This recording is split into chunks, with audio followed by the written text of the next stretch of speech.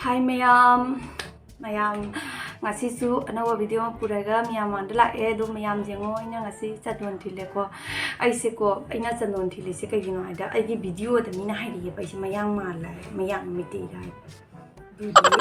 haidi ai video da ne mina hangai ba ise mayam miti da do di wakhan ngasi nungai ta chadon thile di miti ma da na chadon ti tam thile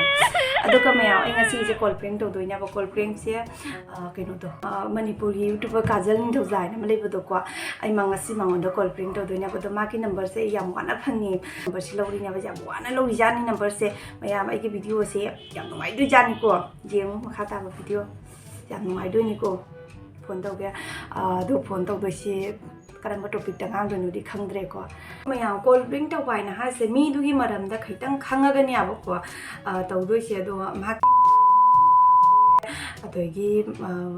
खंदे दा आई ngasi call prank ke karamba mong da satoi no khande do ai amta taw jengi ko to jengi injane hello kajal cái nó ní nè ai không dro cái nào nó không đi ai cái nó đây nè Manipur đây cái nè cái đó nè cái nào không để cái nè class में वो बिना number लगी नहीं ने कौन है ये लोग कहाँ से आते हैं नंबर लगी हाय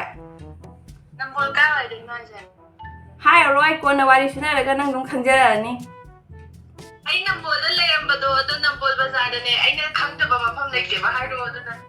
बाहर ले ना मने इस बाजार में नाता बाहर दा फबानी क्लासमेट ओइरा मी दुदी अदो आई नंबर द स्कूल जे तम दना क्लासमेट ने खंग द्रोई मखो जे खंग बंगम द्रबो không biết mà còn gì cái nào nó tất ta gì vậy ai mà còn thằng phong ta gì à rồi đấy đang kể rồi nè anh đâu mà mi ngoài này có một con thằng phong ta gì cái tao phải lấy cái quả cái nào nó không gì đi ai Nishita ni nè Nishita hai quang cái gì đó wang khai gi dura ka hai ga le ne inau nau na ka oi be ma nangi nupa do adui do aina hana khangna ra mani duga aina monda smai na noi kaka ga tina ba duga aina ngauji ga aina hai ra pon na tang na line mari le ra mi ne cái ba nangi nupa do ai nó ba cái đó ba noi kaka ga tina ba nangi nupa do nang na noi kaka gi na ma na ba duga nang na chen than na nang na lo nang gi oi san ki ba do aina mamang dagi aina ngauji ga aina nangon aina hai daga duga nang na ulta line mari na leida me ne ai ga wari shuna ga nang na side am di line mari na leida me ne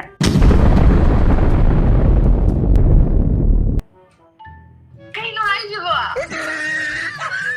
cái nó nè nang ga ai ga du phajin da ka wai snai do nang nang nu pa do ai maming ga hai roi ai sun pha mat da ngau jera mani na maming ga hai ba phatti hai na ba ne ba nangi nupa do ai su ngau re na nang on dai na hai re du de phasa phasa I gai na ka hai da ga duga nang na ulta to da line lagai da na line mari na le da mini ne duga ko na nang gi oi thokri mi ne ja oi ko pi do ngon da lấp lên sao ja roi atomi go oi ba ngamoi tôi biết rồi lâu cái nó ai ngamoi atomi go oi ba ngamoi cái hai ge kai khali ge na nupa le tro phone piu ne ai hai ge ne hu ji ai nó bảo là bác trai kia nè sorry để tiền nó sản là nhiều tàu vốn nên nơi này thế ai na ka di nong ma di phajna wa sing do na do ni ba nang che kamai na lo ra mi no ba ai bu kya mu ja na thi ha ge ba बंद करो हाथ जोड़ के मैं nang cái nào nó ai nam bol dagi ne ma khang ba ne nam bol dagi ni ta hai ro ma dum khang jara dam ne oh no ngay cô đi cha nó ban gặp sao lẽ nè ja roi nang chati na engon da jam na ning ba kai hel ma ga nang na tau khi ba to yam nuai ti ba do nang inu pa ga di em tang di wari sing dong na ning e cha nó ban gặp sao lẽ nè mà ban với nhau mình phi nha hai cái gì đó thôi lâu sẽ lẽ lâu bự lắm ai am tang di wari sing dong na ning e ko nang inu pa do ga pung kya halak toi no Pung จะง่ายเลยมีคนเรียกคุณแต่มาขายแล้วก็ได้คำดี nung thang kia โอ้ย doi di phare nang na ka tung phra kan dai punga ma gi tu ka nung thang gi punga ma gi do phone to ra gya ba adu ga ma ka phajana to wari suna da ba su ja ja roi ma du mai na to bodi ja de ngon da ai hu ji phaw ba jum pan ri ne คุณสิพอยมบ้านจีอ่ะ ma ki wa khan da lai ri ba ni ne hu ji phaw ba No, no, no, no. ไม่ใช่กี่ว่าเขาจะงอหรือเปล่า sai kai da kan ko ไอ้กี่พูดเลยเมื่อกี้ว่าเขาจะงอพี่แต่น้องสิพอยมบ้านดีเดียวป่ะ i pu roi ba ka hai da kan ko ai thamoi se kai ge to wi ko chan pa yang kan no i ne ลูกคนนั้นเตะมาเท้าดิวันนี้มาบ้านก่อยหน้าไม่หาที่สิอ่ะ เฮ้ยลำได้นอนชิบไปหรอ nam bol dai ne ลำโบก้าวไว้ได้หนู nam bol da kai ke ma pham lai hai dong ne นั่งไฮโรเนี่ยมาฟ้อมโดยให้ไฮได้อีกครั้งอันนี้เนี่ยลำโบระวังเลยใกล้ได้ละมันคันเลยใกล้ได้ละคันรีได้ละกงคำได้ละนาวเรมได้ละ คนจะใกล้ไปพูดจริงได้ละไฮโรเนี่ย nam bol naw rem de gi ne คนน้ำโบนาวเรมได้กี่ hai น้ำโบนาวเรมได้น้าวนี่ปีว่ามายุ่งปั่นกี่ตั้งไงดีงั้นนั่นแต่ khang ni ne khoi ma nak ta ni ne mangon do soi ne wari loi hai du kha ba ni อ๋อ the mark siam nuai te mark hai ne ye ngang ka ne na hai ba ni phone to tri bo ตัวพี่เอ๋ kai hai noi kai hai no มาตุ้มนิ่งไปหน่อยจ้ะนี่ตุ้มบอลเราคนตะกี้เอามุกตุ้มรีบ noi nu ba da re nu thang halak ka ti hai na tro โอ้ยฮัลโหลกันนี่เอ๋ nang kai ne ai na su am thawai sak cha na phone to rai du kai na ga nang na nungai ge gi mangon da ka lai tho ga nungai ge gi ka ina su jang ngang ni nang na ka su saung ning ba phau dro ไอ้แกต้องช่างนิ่งด้วยนะคนจะไอ้โอ้ยแบบนี้นี่ทุ่งนาถ้าทุ่งนาเอาด้วย adu di ja roi nang gi wei su ai di lak nang ai la di na kai ba ja roi ko ไอ้นี่ด้วยเด้ไอ้กี่เชฟบ้าตัวนั้นนี่กี่เนาะลูกหัวก็เล่าเรื่องนี้จ้าอะไรเรื่องนี้ ado ja de น้องปุลับ pulap ti lai ba ngam moi e ปุลับเลยเป็นคนด้วยนี่เนี่ย pulap ti lai ba ngam moi nang gi video nam mani na nang gi site ta video dap na lai thoga nya ina cha hyang tho na kai lai ba doi ngam moi e do แล้วก็น้าว่าคุณงานเจ้อะคุยมันญี่ปุ่นมาจ้าดีนะที่ก็ ai do ไอ้คุณบางงานมันเนี่ยคุณงานเด้ออาทิตย์ก็ใช้เงินเจเลยไม่หนึ่งงานมันก็มาเนี่ยอันนั้นมันญี่ปุ่นได้ยังไงด้วยมันเนี่ย ase manipur gi nya ba ko aduga manipur gi ya khoi ma do kai no gi nya ba kasar gi nya ba aduna khoi ma do kasar gi maro na ngang mani na ai dum kasar gi maro da dum sat le ba jam jang na ngang roi sa ว่าจะอยู่ยามจ้างในงานไอ้แสงก้าวจะนั่นคืองานจะจ้างอะไรนั่นก็สาในครั้งไง ai kasar gi na te ne khoi ma do kasar gi nya ba aduna ne ba ai nam bol de gi ni ne kai no ne nam bol da nang lai dam do lai dam na sa mak lai dam ro nam bol da hai ru ne nang nam bol lai dam dab da hai dong ne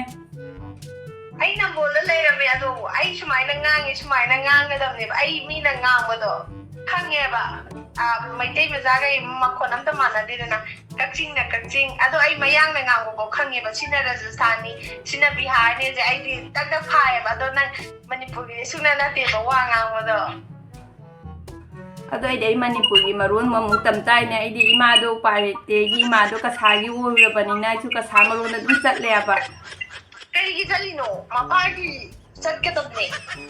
do kai do ni akhoi ma du ga di ai ka dum loi na na lai re akhoi pa pari thabak sat la bani na ima ga ngang na na dum lai ra bani na kasar maron na dum sat le da na ไม่ค่อยมาแล้วจะผมพัดจีบกระชายกี่ตุ้งงานเลยบ่ ไอ้มา hare nang gi nu pa do la kan ta ya mu phone taw ra ka ni kwa taw da roi gi na no na dum hai tu ke นั่งต่อเกณฑ์ต่อรอยคนต่างหากเกณฑ์จะให้รอยในวันที่ฉันนั่งมันนี่นะข้างหน้าเมย์จะให้นี่นะต้องฉันเอาไปต่อเกณฑ์ข้างหน้าแบบนี้นะก็ใช่ได้ mak si de de saw en gai to bone ba ko ba ge saw chi ja la ma ki bo wong ji ko ko saw do ba ne ba ko to hare mu ma ki nu pa do la ga moi ka mai na phone do ga ni ati na ke no to do wa di chai ku ke ho ma hello ฮัลโหล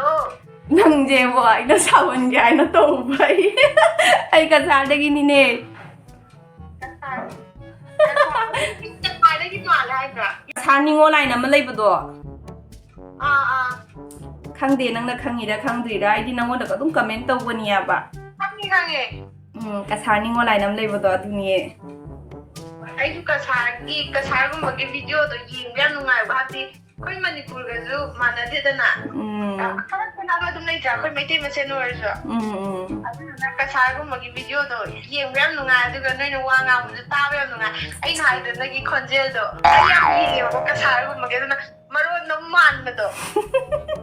ꯑꯗꯨꯅꯦꯕ ꯑꯩꯅ ꯍꯥꯏꯕ ꯍꯥꯎ ꯑꯩꯈꯣꯏ ꯁꯥꯍꯜꯂꯦ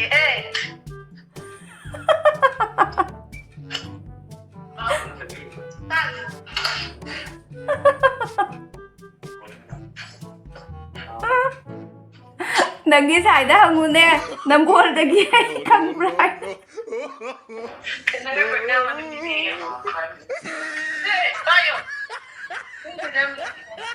hello ꯆꯥꯛ ꯊꯣꯡꯅꯤꯡꯗꯗꯅ ꯂꯩꯔꯤꯌꯦ ꯁꯣꯝꯗ ꯍꯣꯏ ꯀꯥꯖꯜ ꯈꯅꯥꯡ ꯅꯥꯔꯦ ꯅꯣꯛꯄꯗ ꯆꯥꯡ ꯋꯥꯏꯌꯦ ꯍꯦꯜꯂꯣ ꯑꯩ ꯅꯝꯕꯣꯜꯗꯒꯤꯅꯦ ꯅꯝꯕꯣꯜꯗꯒꯤ ꯀꯔꯤꯕ ꯑꯗꯣ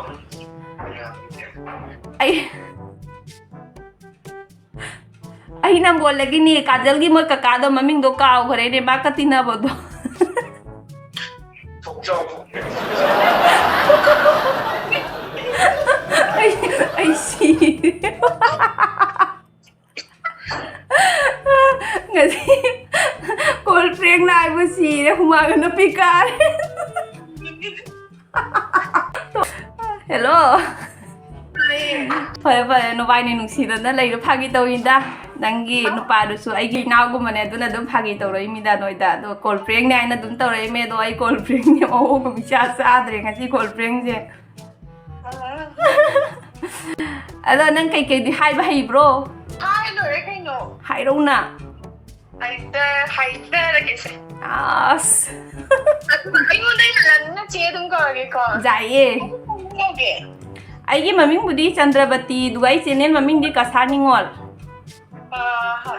Ado mayam prank jam nungai de mayam na sige mo na nungai ni na khalle ado mayam na che Kasarningol hai na si channel se subscribe su chu na tawbiramo like tawbiramo share tawbiramo mayam makha ta na adum support tawbiramo ado si harga ya ma hai ti ba ampu kai no tawda bane ba ko duna ni do yam harau re nang ka sumai na ka wari suna ba adum phone taro ke ko no phado su dum bi phare phare noi nu palai do dum kai kai tawbiro thamage ko thamage ko ado ko maya ai call prank se loi re ado aisu haiba budi haita bania ba ko aisu mana nambol kari grang ga ina nambol ya ga nambol da kari kari mafam le ya da inguna khangda ba ko aduna ki aina haidu noi khangdre ba do nambol mana dum laiba pha na mana nawre kari kari no haira podo adugo ma da haira podo goi dum aisu mata sana na haidu re do mama naw nu pi ma su thaji ga ina haire ko adunia ba wari e podo lore uji mayam ai ki call prank lore do mayam na ngasi gi ai gi video ase nungai bi ga di like comment and share ta bi subscribe to tabiramo ano wani video ga su so ni subscribe to sambiramo ado kajal ni joza se phai masak chu phajai yamna su chamme mana makin paju yamna thajai aina du jam ngang da mang da sauning ba kasing da phawdi yam thajai yamna thaba male ko ado mayam thammage agi video se mathangi video da munasmi yam bye bye